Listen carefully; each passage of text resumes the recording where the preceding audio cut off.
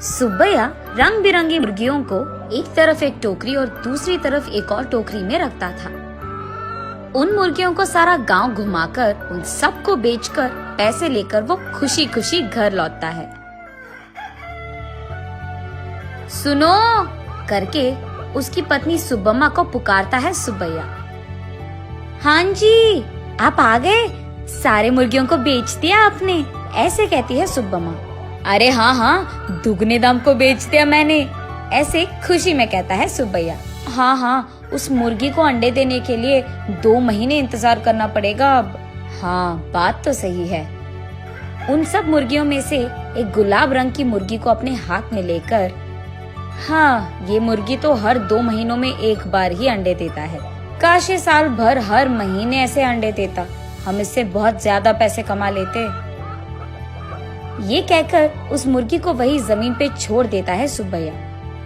चलो छोड़ो जी, इसी मुर्गे के वजह से तो हम कुछ तो भी कमा पा रहे हैं, अब उसी से काम चलाना होगा। अब चलो, खाने का वक्त हो गया, खाने आ जाइए आप। उस रात के 12 बजने के बाद सुब्बैया धीरे से नींद में जागकर अपनी आंखें खोलता है। उसके बगल में मौजूद सुब्बम्मा गहरी नींद में थी। इसी को मौका मानकर सुब्बैया धीरे से एक चाकू को लेकर बाहर जाता है। बाहर टोकरी के नीचे मौजूद उस गुलाब रंग की मुर्गी को वो बाहर निकालता है और उस मुर्गी से सुब्बैया ऐसे बात करता है। हर महीना अगर तू अंडा देगी तो तेरा कुछ जाएगा क्या?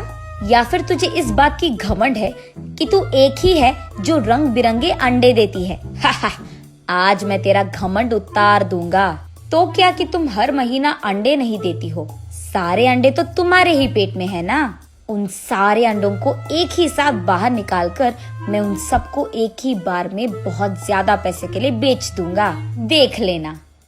ऐसे कहकर जोर से हंसकर उसके चाकू से उस गुलाब रंग की मुर्गी को मार देता है सुब्बैया। लेकिन उसके पेट में देखने पर उसे एक भी अंडा नजर नहीं आता है। हाय भगवान, ऐसे सोचते ही रहता है कि इतने देर में सुब्बम्मा नींद से जाग उठती है। वहाँ आकर उसके पति के किए को देख, अरे भगवान, ये तूने क्या कर दिया? मैंने सोचा कि सबकी तरह तुम मूर्ख नहीं हो, पर तू तो वही निकला। अरे रे, इतनी अच्छी पैसे देने वाली मुर्गी को तूने जान से मार दिया। अरे रे, सोने की बतख की कहानी कभी सुनी नहीं है क्या तुमने? हाय भगवान, ये मेरे पति ने क्या कर दिया? तुझे लालची बनने की क्या जरूरत थी? ऐसे वो रोती रहती है कि इतने में ए सुनो, क्या कर रही है तू? सुब्बम्मा, सुब्बम्मा उठो, क्या हो गया तुझे? सोते हुए इतनी जोर से चिल्ला रही है, पागल हो गई है क्या? नींद से जागकर सुब्बम्मा परेशान होकर अपने पति की ओर देखती है। उसे कुछ नहीं समझ आता है। वो तुरंत बाहर जाकर टोकरी के नीचे बैठे उस मुर्गी को भी देखती है। वो मुर्गी तो हमेशा की तरह सही सलामत थी। ये देख सुब्बम्मा अंदर आकर, ओह, ये सब सपना था, मैंने तो सच सोच लिया था इसे, ऐसे कहती है सुब्बैया से। क्या सपना, क्या सच की बात कर रही है? आधी रात को मुझे उठा दिया तूने अच्छी नींद से। चल जाओ, सो जाओ अभी, कहता है सुब्बैया। अरे जाइए ना आप भी, मुझे तो बुरा सपना आया कि आपने उस मुर्गी को जान से मार दिया, क्योंकि आप लालची बनकर उसके पेट में मौजूद अंडों को निकालना चाहते हैं। मैं कितनी घबरा गई पता है आपको?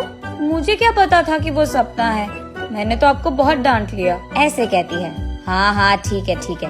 वैसे मैं उस मुर्गी को क्यों मार डालूंगा, मैं क्या पागल हूँ? वैसे मुझे तो हमारा अतीत बहुत अच्छी तरह से याद है। आज अगर हमें चैन की नींद मिल रही है तो वो उस गुलाब रंग की मुर्गी के वजह से ही है, उसको मैं क्यों मार डालूंगा? चलो सो जाओ अभी, तुम और तुम्हारे सपने। ऐसे कहकर सुब्बैया सो जाता है। लेकिन सुब्बम्मा वही बैठकर अतीत में चले जाती है। एक समय में सुब्बम्मा और सुब्बैया दोनों मुर्गियों का व्यापार करते थे। सुब्बम्मा कुछ मुर्गियों को अपने घर के पास ही रखती थी।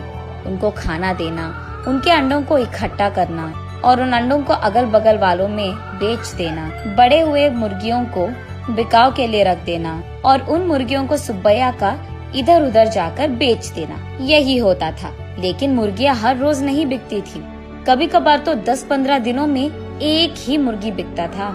इसी कारण सारा गांव घूम घूम कर थक कर घर आता था सुब्बैया।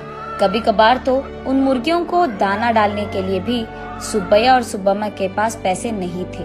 तब एक दिन सारा दिन घूमकर थके हारे सुब्बैया उसके घर लौटता है। घर आकर वो बरामदे में बैठता है और उसके बगल में सुब्बम्मा खड़ी रहती है। क्या आज भी एक भी मुर्गी नहीं बिकी? वो ऐसे पूछ ही रही थी कि वहाँ एक साधु आता है।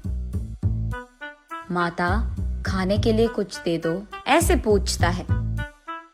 थका हुआ सुब्बैया, ए साधु, हमारे पास ही खाने के लिए कुछ नहीं है, अब तुम्हें क्या दे? अगर चाहिए तुम्हें तो हमारे पास बहुत सारे मुर्गियां हैं, एक लेकर जाओ, ऐसे कहता है। तब साधु छोटा सा हंसी एक देकर, मुर्गी का मैं क्या करूँगा बेटा, मैं मांस नहीं खाता हूँ, मेरे पास ही एक मुर्गी है, इसको तुम ही पालो, ये लो।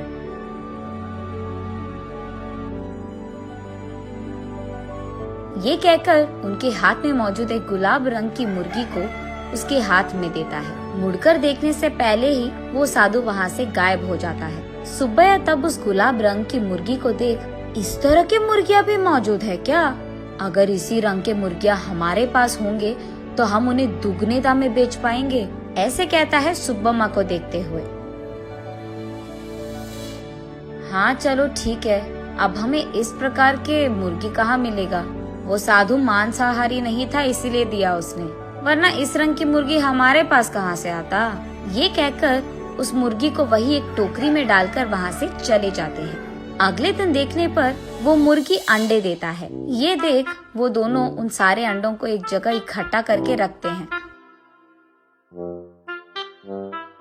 कुछ दिन बाद उन अंडों से बाहर आए मुर्गियों को देख सुब्बम्मा आश्चर्यचकित हो जाती है। अरे सुनो, इधर आइए आप, सुनते हो? अरे कहाँ हो आप? इधर आइए जल्दी, ऐसे वो अपने पति को पुकारती रहती है। अरे क्या हो गया? ऐसे चिल्ला रही है जैसे कोई मर गया, क्या हो गया?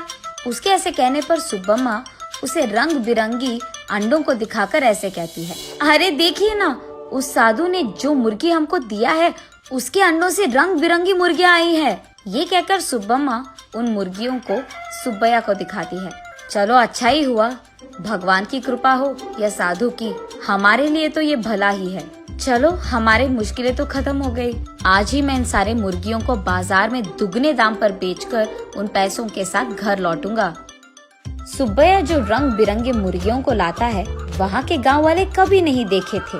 इसी कारण गांव वाले सारे बहुत उत्साह से हमें चाहिए तो हमें चाहिए, ऐसे एक दूसरे में बहस करते हुए सुब्बैया के पास जाते हैं।